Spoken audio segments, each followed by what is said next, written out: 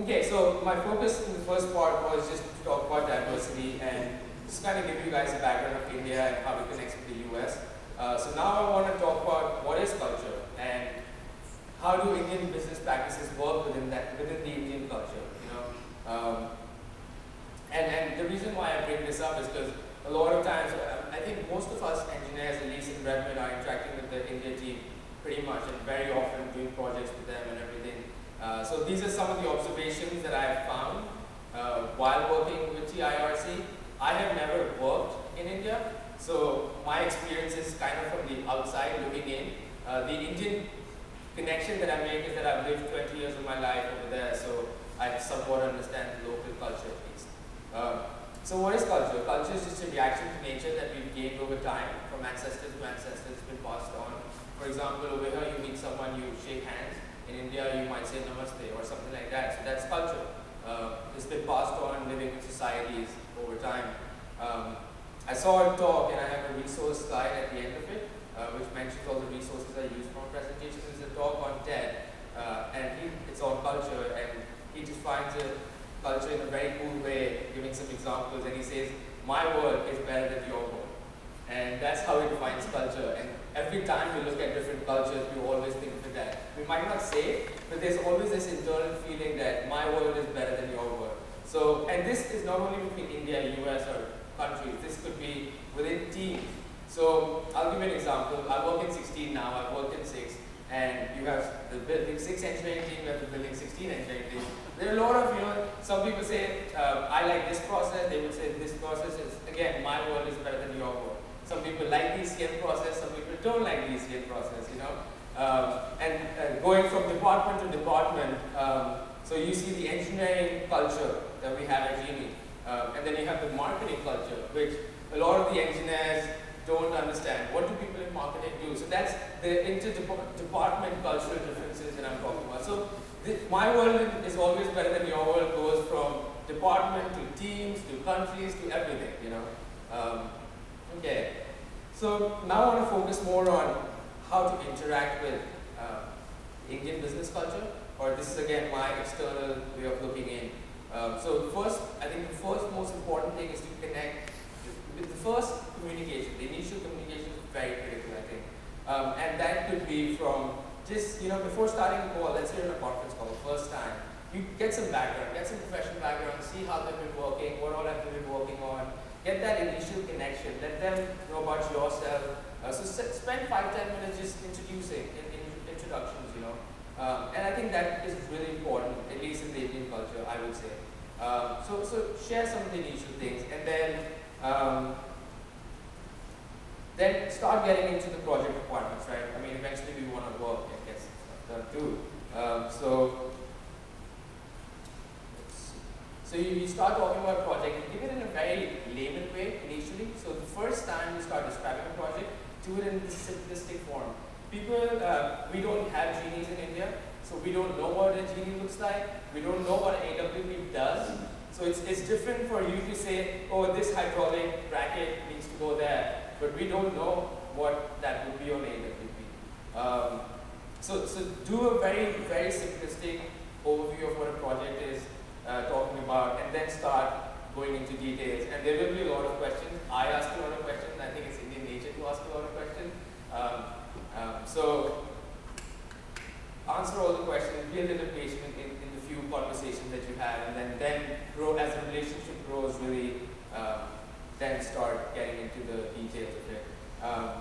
One of the things that I got a lot of feedback. I spoke with a lot of people and said, so tell me how was your experience working with Indian teams and all that. So one of the frustrations was the instruction side of it, and it was like I say something and they say they understand, but they don't really understand. So I thought this would be an important point, is how to give effective instructions. And the way to do it is basically, in short, the way you describe it, have the other side repeat it again in their own way and see if they're actually talking about the same thing that you were explaining. So just give that instruction, have that exchange, have them repeat it, and so there's also and sometimes they'll say, okay, I understand, and I think a lot of in the Indian culture, there's a huge issue with disagreement. So then, normally if you ask a question, you get the Indian nod, which is this, which is neither a yes nor a no, it's this. So you'll see a lot of that when you're asking questions. And you want to make sure it turns into this, you know? So just work with it, answer questions, let them know. And another thing that the third point that I have is asking for opinions may not help. I'm going to talk about it later, so I'm going to go back on that once I'm going through one of the slides. So hopefully that helps in your interactions in the future once you're meeting with Indian teams, maybe. Okay. This was one thing that I noticed. When team members come to our sites, one thing that I noticed was our level of interaction with them. I felt we weren't going enough out to the TIRC members and interacting and learning about them. And you know, a lot of times I just see them come and they come in the morning, they sit in their cubes, and they're working all day by themselves. So I felt we're not really reaching out and getting to know them, and they're not comfortable enough to come just have casual conversations like we do amongst ourselves, you know.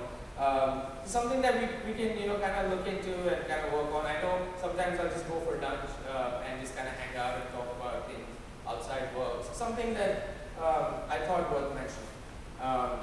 And some people have, so what do I talk about? You know, so Indians are very family-oriented people. We live, you know, guys live with their parents and everything is totally normal there. And so talk about families. They love their families, they're very close-knit families.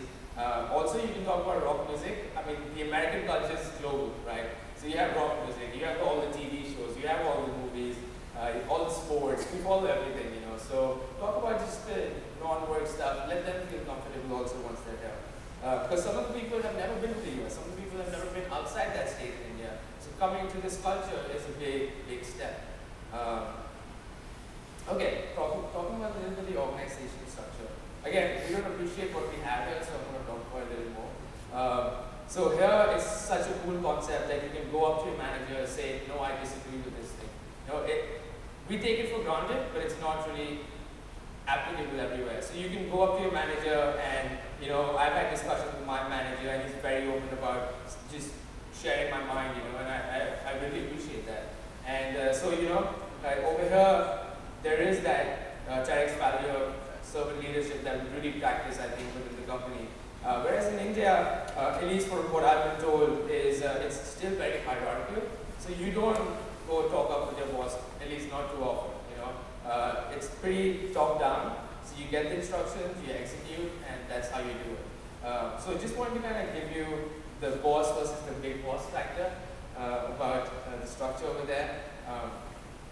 So the hierarchical structure, hence people are a little more hesitant to ask questions, and their really their focus is to deliver projects. If you ask them, do this by this Friday, you know, because they're used to that system where the bosses have pressured them to execute and perform, they will, you know, they really want to make us happy and meet our project deadline. So I really think they work really hard. Sometimes we have conference calls, you know. If you have a conference call at 7 o'clock in the morning here, it's 8:30 at night. So they really accommodate us, and I appreciate that a lot also. I mean, I have guys who are working in India at 10 o'clock at night, and then they wake up and go to work early in the morning. So they work a lot they're very flexible to accommodate us. While we're on this slide, I want to talk about, you know, a lot of people when they come to me and talk about India, like, what, is there a car system there? What are all other stuff is over there? So I did want to mention the car system. So, you know, India in general, this is kind of going off topic, but so we had 1.1 billion people. 10 years back, 900 million people were really poor, $100 a day. Over the last 10 years, that shifted. So that 900 million people, 300-400 people have moved on to the middle class, which is a different middle class than the US middle class. But they have steady income, steady lifestyle. So now you have about a 50% thing. Well, 700 million people who are still very poor. It's a very poor society still. But you have 600 million people who moved to the steady lifestyle, middle class. So do we have the car system? Yes. Those 700 million people who are living in rural India, yes, they do have, there is an existing car system, and unfortunate, but with education and time, we are moving out of it. But like, I come from Delhi, I've always lived in the city, I'm a city person, and there, if you go to any big city in India, or any city in the world, there is no car system. people are open, most of the people in cities are educated, they get all these influences of culture, so they do get that exposure. So yes and no, there is caste system and there is, depending on what part of it you're going to. Probably if you go to TIRC, you're going to be Bangalore, so you're not going to see that caste system side of things. Okay, some other random things, I mentioned already, go work in marketing for a while. I was lucky enough to do a rotation for 6 months in marketing, and it totally opened my mind on how to look at things. And I really think it's helpful even in design, because some of the things that you design with that extra exposure that you get helps you think a little differently, and helps you say, okay, maybe that, just the way if you were a manufacturing engineer, you know how to build a harness, electrical guy. So you know how to build a harness that is easier to build rather than the shortest way. So you look at the routing, you look at all the things. So sometimes it's good to get that different exposure and just kind of try that out. Wanted to mention this also. So how do you can learn a lot about cultures. You can read a book and learn about cultures and say, oh, I know what India is like, I read a book on it. But really, in my opinion, to really understand the culture, you have to travel. So you have to leave the States, go to India, go to Egypt, go to Morocco, go to South America. You have to travel to really understand what is culture. There's no way around it, at least in my opinion. So for example, if you go to India, you can do a few things. You can go to a street market and bargain. It's the most fun and learning experience you can get about a culture. Well, you're American probably, so they're going to say $100. So you come down 50% automatic. So there's a key tip right there. You come down 50% automatic, and then you start bargaining from there. That's a fun thing to do. You learn a lot. You get to check out the markets. Eat at Indian restaurants. So a lot of Indian restaurants you eat with your hands. Go try it out. It's not the cleanest way to eat, but it's fun and it's entertaining. So just that's how you experience culture.